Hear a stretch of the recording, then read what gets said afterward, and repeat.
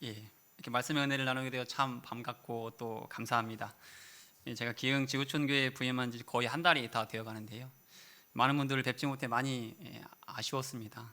그래서 속히 코로나가 안정되어서 다 함께 이 자리에 모여서 예배하는 그날을 또 기대하면서 기다리고 잘 준비하고 있겠습니다.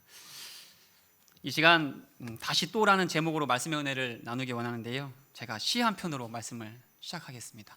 제 목소리는 좋지 않지만 한번 제가 낭송해 보겠습니다. 조카 학비 몇 푼 거두니 아이들 등록금이 빠듯하다. 마을금고 이자는 이쪽 카드로 빌려내고 이쪽은 저쪽 카드로 돌려막는다. 막자 시골 노인들 팔순 오고 며칠 지나 관절염으로 장모 입원하신다. 다시 자동차세와 통신요금을 내고 은행 카드와 대출 할부금 받고 있는데 오래 고생하던 고모 부고 온다. 문상 마치고 막 들어서자 천안 부도 나서 집 넘어갔다고 아내 운다. 젓가락은 2자루, 펜은 1자루, 중과 부적 일하 접고 마치려는데 다시 주차 공간 미확보 과태료 날아오고 치과 다녀온 딸아이가 일을 3개나 빼야 한다며 울상이다. 철렁하여 또 얼마냐고 물으니 제가 어떻게 하느냐고 성을 낸다. 시 같지 않아 보이지만 김사인 시인이 쓴 중과부적이라는 제목의 시가 맞습니다. 중과부적은 사자성어로 적은 무리로 많은 무리와 대적할 수 없다, 또는 역량 차이가 커서 상대가 되지 못한다라는 뜻입니다. 각자 정도의 차이는 있겠지만 설상가상, 첩첩산중으로 닥쳐오는 삶의 문제들을 상대하기에는 너무나도 벅찬 오늘을 살아가는 우리들의 현실을 너무 적나라하게 비춰주고 있어 시라고 하기보다는 어느 40대 직장인의 일기처럼 느껴집니다. 제 소개도 할 겸 제 가족사진을 잠시 한번 보여드리겠습니다. 저희 가족입니다. 아내고요. 가운데가 첫째, 그 아래가 둘째, 막내가 감사하게도 딸입니다. 이렇게 이남 일녀를 두고 있는데요. 사진에서 보신 것처럼 저는 다행히도 저를 도무지 닮지 않은 3남매를 둔 한 가정의 가장입니다. 그래서 중과부적이라는 조금 전 읽어드린 시가 더 마음에 와 닿았던 것 같습니다. 아이들 한 명 한 명 태어날 때는 정말로 신기하고 기뻤습니다. 특별히 첫째가 저를 처음으로 아빠라고 불렀을 때는 정말 온 세상을 다 가진 것처럼 그렇게 기뻤습니다. 그런데 그 아이가 점점 자라고 또 하나였다가 둘이 되고 또 둘이었다가 이게 셋이 되니까 물론 아이들로 인해서 기쁘고 감사한 일이 훨씬 많지만 그럼에도 한편으로는 가족을 책임져야 한다는 그 중압감, 아이들과 또 아내를 보호해야 한다는 그 책임감으로 인해 마냥 좋을 수만이 없는 것이 저의 현실이었습니다. 오늘 말씀의 주인공은 다윗입니다. 존재감 전혀 없었던 목동 시절과 사울에게 쫓기던 험난한 시절을 뒤로하고 드디어 왕이 됩니다. 생고생을 하다가 왕이 된 다윗의 기분이 어땠을까요? 정말 좋았겠죠. 그런데 마냥 좋았을까요?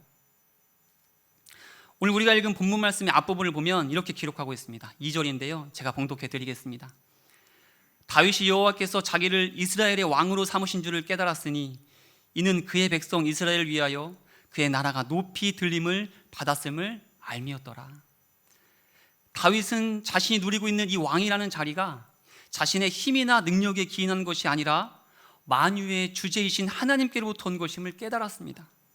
더 나아가서 다윗은 자신이 왕권을 떨치게 된 것이 자신만을 위함이 아니라 하나님의 백성 이스라엘을 잘 되게 하시기 위해 자신을 통로로 사용하시려는 하나님의 뜻이 담겨져 있음을 알았다고 합니다. 한 가정의 가장으로서 갖는 책임감도 그렇게나 큰데 한 나라를 책임져야 하는 그 자리, 그것도 하나님이 택하신 백성들을 다스려야 하는 그 자리에 오른 다윗의 책임감은 얼마나 더 컸겠습니까? 그런데 그 와중에 또 어떤 일이 일어납니까? 오늘 본문 말씀인데요. 8절 우리 다 같이 한 목소리로 함께 봉독하시겠습니다. 시작. 기름 부음을 받아 온 이스라엘의 왕이 되었다 함을 블레셋 사람들이 듣고 모든 사람들이 다윗을 찾으러 올라오매 다윗이 듣고 대항하러 나갔으나 말씀해 보니까 블레셋 사람들이 다윗이 왕이 된 것을 듣고 모였다고 합니다. 왜 모였을까요? 왕이 된 것을 축하하기 위해서 모였을까요? 그랬다면은 대항하러 갈 필요가 없었겠죠. 9절 말씀을 제가 봉독해 드리겠습니다. 블레셋 사람들이 이미 이르러 르바임 골짜기로 쳐들어온지라. 쳐들어왔답니다. 블레셋 사람들은 다윗과 싸우기 위해 모인 것입니다. 이제 왕이 되어서 어떻게 하면 이스라엘 백성들을 잘 다스릴 수 있을까? 그거 고민하는 것도 벅찬데 지금 블레셋 사람들이 싸우자고 쳐들어왔으니 다윗은 얼마나 더 힘들고 또 그 짐이 얼마나 더 컸겠습니까? 그런데 이렇게 너무 힘들어서 다 포기하고 싶은 중과 부족의 상황 앞에 선 다윗의 모습이 지금 감당할 수 없는 고난 앞에서 살아가는 우리들의 모습과 너무 닮지 않았습니까? 제가 전에 섬기던 교회에서 70세가 넘어서 전도를 받고 교회에 오신 한 부부 성도님 댁에 신방을 간 적이 있습니다. 이분들은 원불교 혹시 아시나요? 원불교? 네, 원불교에서 아주 오랫동안 중책을 맡아오셨던 분이라고 합니다. 그 불당을 몇 개나 이렇게 바칠 만큼 열심히 섬겼던 분들이었죠. 그러셨던 분들이 어떻게 예수님을 믿게 되었는지 궁금했습니다. 가서 이야기를 듣는데 그 부부 중에 아내 되시는 분이 몸이 많이 약하셨어요. 근데 원불교에서는 가장 좋은 것이 덕을 많이 쌓아서 다음 생에는 사람으로 태어나는 거 가장 좋은 거고, 덕을 쌓지 못하면 다음 생에 이제 짐승이나 벌레 이런 걸로 막 태어나는 거, 이런 거였습니다. 그런데 이분들에게 있어서는 사람으로 다시 태어나는 것이 결코 좋지 않았답니다. 왜냐하면 어차피 사람으로 다시 태어나봤자 지금까지 겪었던 고난들을 다시 겪어야 되고, 또 무엇보다도 또 몸이 아파야 된다는 게 너무 싫었다는 거예요. 그러던 중에 이웃의 누군가로부터 전도를 받게 되고, 기독교를 믿으면 아픔도 고통도 슬픔도 없는 천국에 갈 수 있다는 그 말을 듣고 스스로 교회에 찾아오셨답니다. 이분들은 경제적으로 고난을 겪는 분들이 아니었습니다. 그렇다고 자녀들이 속을 썩이는 것도 아니었고, 또 사회적으로도 명성도 있었던 분이었습니다. 그런데 이분들은 성경을 보지도 않으셨는데 죄인된 인간의 고된 운명에 대해서는 너무나 잘 알고 계셨습니다. 우리는 이 세상에서 살아갈 때의 고난은 어찌 보면 당연한 것입니다. 왜 그렇습니까? 왜 그럴까요? 이 세상은 천국이 아니기 때문입니다. 그래서 부자나 가난한 자나 어린 자나 나이 든 자나 또 믿는 자나 믿지 않는 자나 모두 고난을 겪게 되는 것입니다. 그런데 그 중에 믿는 자들의 다른 점은 무엇입니까? 우리 하나님을 믿는 자들의 차이점은 무엇입니까? 그런 계속되는 고난에도 좌절하는 것이 아니라, 삶을 포기하는 것이 아니라 그 고난을 이겨낼 수 있다는 것입니다. 오늘 우리가 함께 읽은 본문 말씀에 다윗이 그 사실을 전해주고 있습니다. 그렇다면 우리의 삶 속에 끊임없이 계속되는 고난을 어떻게 하면 이겨낼 수 있을까요? 첫 번째로 고난 앞에서 하나님께 물어야 합니다. 고난 앞에서 하나님께 물어야 합니다. 오늘 본문 말씀 10절을 상반절을 제가 봉독해 드리겠습니다. 다윗이 하나님께 물어 이르되 내가 블레셋 사람들을 치러 올라가리이까 주께서 그들을 내 손에 넘기시겠나이까 하니. 고난 앞에 다윗의 반응은 무엇입니까? 말씀해 보니까 하나님께 물어 이르되, 다윗은 하나님 앞에 나아갔습니다. 그리고 물었습니다. 그때 하나님께서 뭐라고 답하십니까? 10절, 11절 말씀인데요, 다 함께 한 목소리로 봉독하시겠습니다. 시작. 이에 무리가 바알보라심으로 올라갔더니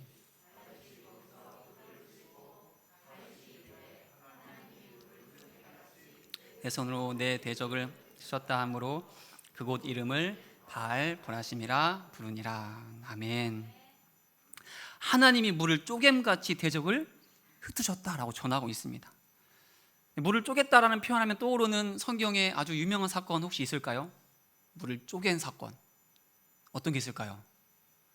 다들 이렇게 말씀하시는데 안 보여가지고. 맞습니다. 홍해를 가르신 하나님.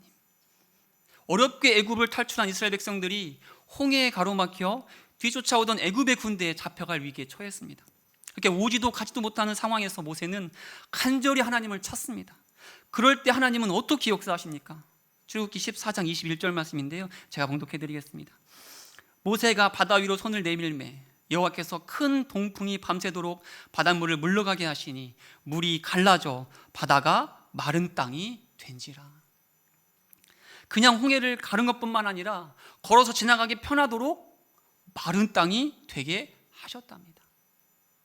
다윗이 그 위기의 상황 앞에 하나님 앞에 나아가 물었더니, 기도했더니 하나님은 마치 홍해를 가르셨던 것과 같이, 그래서 바다를 마른 땅으로 만들어 버리신 것과 같이 놀랍고도 완벽하게 블레셋을 쪼개 흩어 버리셨던 것입니다. 우리의 삶은 늘 우리가 예상하지 못하는 어려움과 고난으로 가득합니다. 코로나가 이렇게 오래 갈 줄 그 누가 예상했습니까? 아무도 몰랐습니다.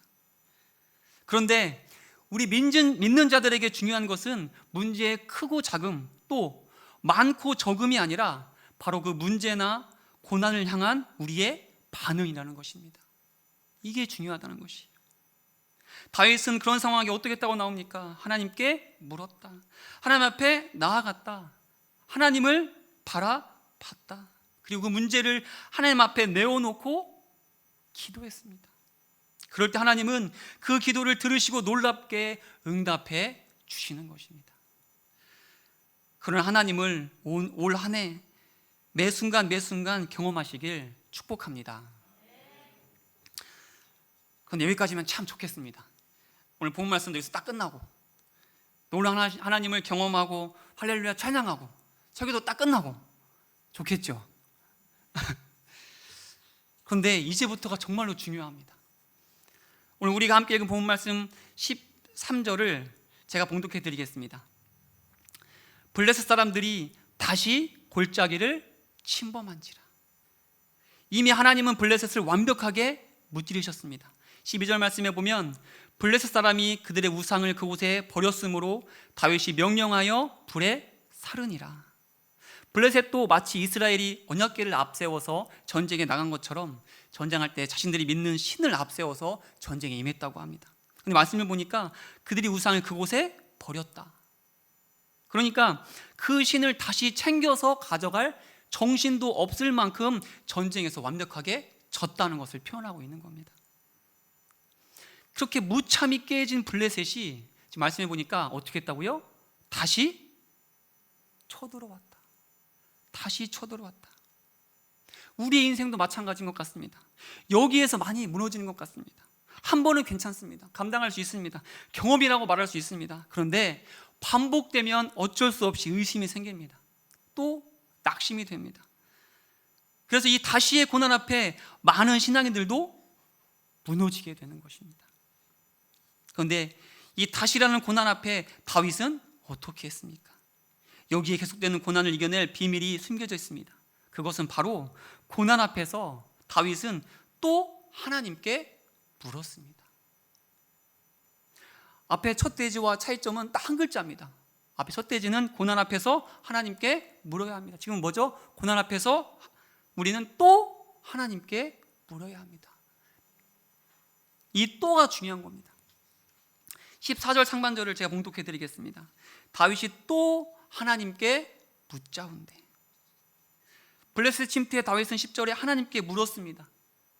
그리고 블레셋에 다시 쳐들어온 공격에 다윗은 복잡하게 생각하지 않았습니다. 어떻게 합니까? 또 하나님께 묻자운대. 다윗의 반응은 너무나 즉각적이며 단순합니다. 왜 그럴 수 있을까요? 성경에 보면 고난 가운데 믿음을 지켰던 대표적인 인물이 한 명 나옵니다. 다니엘 6장 10절 말씀인데요, 제가 봉독해 드리겠습니다. 다니엘이 조서에 왕의 도장이 찍힌 것을 알고도 자기 집에 돌아가서 윗방에 올라가 예루살렘으로 향한 창문을 열고 전에 하던 대로 하루 3번씩 무릎을 꿇고 기도하며 그의 하나님께 감사하였더라. 다니엘을 함정에 빠뜨리기 위해 왕 이외의 어떤 신에게나 사람에게 절을 하면 사자굴에 던져 죽이겠다는 조서가 내려졌습니다. 그런데 다니엘은 그 조서에도 불구하고 전에 하던 대로 예루살렘을 향해 기도합니다. 이때 다니엘의 나이를 대략 80세 초중반으로 보고 있습니다. 그러면 다니엘이 10대 후반에 바벨론 포로로 잡혀왔으니까 아마도 수십 년은 전에 하던 대로 다니엘은 기도했을 겁니다. 그래서 다니엘은 그 기도의 신앙이 습관을 넘어서 그의 몸에 새겨졌기에 죽음의 위기에서도 오히려 감사하며 하나님 앞에 나아갈 수 있었던 것입니다.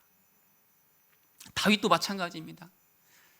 다윗이 골리앗 앞에서 당당히 설 수 있었던 이유를 유진 피터슨의 책 다윗 현실에 뿌리 박은 영성에서는 이렇게 전하고 있습니다. 제가 그 일부분을 읽어드리겠습니다. 다윗은 베들레헴 언덕과 풀밭에서 아버지의 양을 돌보면서 하나님이 얼마나 위대하시고 또 가까이 계신 분이신지를 깊이 체험할 수 있었다. 그는 양을 지키며 사자와 곰과 싸우는 과정에서 하나님의 능력을 경험할 수 있었다. 하나님의 임재를 철저히 연습해온 그에게는 들리지 않는 하나님의 말씀이 들리는 사자의 포효보다 훨씬 더 실제적이었다. 평상시 늘 하나님의 장엄하심을 경배해온 그에게는 보이지 않는 하나님의 사랑이 보이는 곰의 사나움보다 훨씬 더 실제적이었다.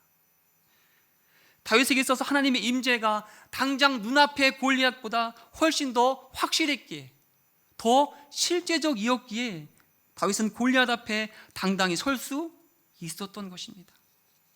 그의 삶의 경험을 통해 하나님을 향한 그 믿음이 몸에 새겨진 것이죠. 그러니까 블레셋의 그 다시의 공격에도 다윗은 고민하지 않고 방황하지 않고 곧장 또 하나님께 나아가 하나님께 물을 수 있었던 것입니다. 그런데 고난 앞에 우리의 문제는 무엇입니까? 하나님께 묻지 않는다는 겁니다. 물어도 아무 일도 일어나지 않는다고, 하나님이 아무런 응답을 하지 않는다고 말하는 사람도 많이 있습니다. 그런데 오히려 그럴 때 필요한 것이 바로 또입니다. 또 하나님께 물어야 됩니다. 또 하나님 앞에 나아가야 합니다. 왜 그렇습니까? 하나님만이 우리를 도우실 유일한 분이시기 때문입니다. 다윗이 또 하나님 앞에 물었을 때 하나님의 응답은 무엇입니까? 16절과 17절 말씀인데요, 다 함께 한 목소리로 봉독하시겠습니다. 시작. 이에 다윗이 하나님의 명령대로 행하여 블레셋 사람들의 군대를 쳐서 기브온에서부터 게셀까지 이르렀더니 다윗의 명성이 온 세상에 퍼졌고 여호와께서 모든 이방 민족으로 그를 두려워하게 하셨더라. 아멘. 하나님은 변함없이 다윗에게 승리를 안겨주셨습니다. 그리고 더 나아가 다윗의 명성을 온 세상에 알리고 이방 민족으로 하여금 그를 두려워하게 하셨습니다. 저는 이 말씀이 우리에게도 동일하게 역사하실 것을 믿습니다. 또 하나님 앞에 나아갈 때, 그리고 그 하나님의 명령대로 행할 때 하나님께서는 우리의 기도에 응답하실 뿐만 아니라 오늘 말씀처럼 우리의 명성이 온 세상에 퍼지게 할 것입니다. 믿습니까? 우리 성도님 한 분 한 분의 이름이 온 세상에 퍼지길 원합니다. 우리 기흥 지구촌교회의 명성이 이 지역에 널리 퍼져서 우리 교회를 통해 하나님께 영광 올려드리는 그런 한 해를 보낼 수 있길 소망합니다. 그러기 위해서 우리는 또 하나님 앞에 나아가야 됩니다. 그리고 응답하시는 하나님의 그 말씀에 우리는 순종해야 합니다. 몇 년 전에 아이들과 함께 필그림 하우스 천류역정 코스를 다녀온 적이 있습니다. 미리 천류역정 그 애니메이션 영화도 보고 또 안에는 그 책도 보면서 공부도 하고 또 설명도 해주려고 나름대로 준비를 많이 했습니다. 은혜로운 그 시간을 기대하는 마음으로 이제 떠났습니다. 그런데 저희 기대는 천류역정 들어가는 입구에서부터 꼬이기 시작했습니다. 그때가 여름이라서 날씨가 더우니까 사람이 거의 없었습니다. 그러니까 분위기가 조용하니까 아이들 입구에서부터 겁을 먹고 안 들어가겠다고, 자기는 못 가겠다고 간신히 꼬셔서 들어갔습니다. 그때 영화에서 본 거 기억하지? 여기가 멸망의 도시래 막 그러면서 들어갔습니다. 근데 거기까지가 끝이었습니다. 그 훌륭하고 멋진 조각상을 보면서 아이들이 무섭다고 안 가겠다고 돌아가자고 계속 그러는 거예요. 하이라이트는 어디였을까요? 혹시 그 천류역정 코스를 다녀오신 분은 알겠지만 거기에는 사망의 음침한 골짜기가 있습니다. 사진 한번 보여주시겠어요? 예, 지금 입구인데요. 안에 들어가면은 아시죠? 막 해골도 있고 막. 저걸 보더니 저 앞에서 아이들이 통곡을 하기 시작합니다. 여기를 못 간다. 과연 저희는 끝까지 여기를 갈 수 있었을까요? 끝까지 마쳤을까요? 감사하게도 저희는 천성에 모두 도착할 수 있었습니다. 왜냐하면 출구가 거기 하나밖에 없었기 때문입니다. 돌아갈 수가 없었습니다. 아이들이 무섭다고 울고 다시 돌아가자고 할 때마다 제가 아이들에게 해준 말이 있습니다. 뭐냐면, 아빠 여기 있잖아. 아빠가 손잡고 있어. 그러면서 때로는 아이들의 눈을 가려줬고, 또 사막의 음침한 골짜기에서는 아이들을 꼭 안고 통과했습니다. 우리의 삶도 마찬가지입니다. 우리의 아빠 되신 하나님이 우리의 손을 잡고 계십니다. 우리 아빠 되신 하나님이 우리와 함께 하십니다. 그 아빠 되신 하나님이 바로 다윗에게 승리를 주신 그 하나님입니다. 그 하나님이 지금도 살아계셔서 다시의 공격에 또로 반응하는 우리에게도 놀라운 승리를 주실 것입니다. 기도하시겠습니다.